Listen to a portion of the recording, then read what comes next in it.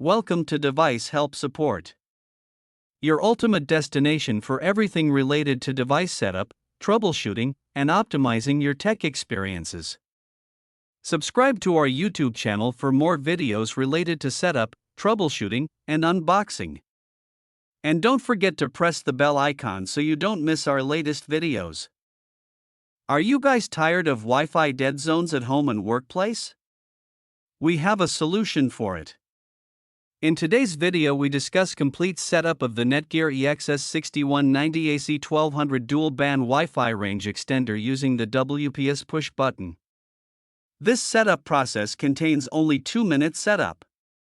Whether you're setting it up for the first time or reconfiguring it, this guide makes the process quick and hassle-free. So without wasting any time, let's start the setup process. I hope in the end, this video will prove helpful.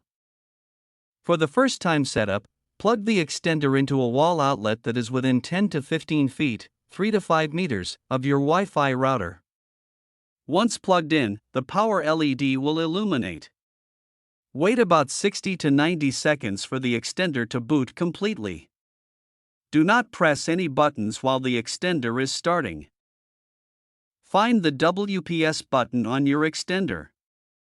It is usually labeled WPS or marked with the WPS symbol, 2 arrows forming a circle. Press the WPS button on the extender once. Do not hold the button for several seconds because holding it too long may activate another function or reset the pairing process. After pressing, the WPS LED starts blinking.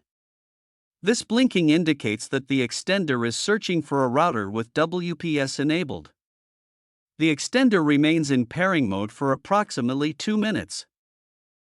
Within those 2 minutes, go to your Wi-Fi router and press its WPS button once. Some routers require a quick press. Others require holding the button for 2 to 3 seconds. After pressing the router's WPS button, the router begins searching for nearby WPS devices. The extender and router automatically exchange security information. This pairing process usually takes 30 seconds to 2 minutes. Once the connection is successful, the LEDs stop blinking. An amber light means the extender is connected.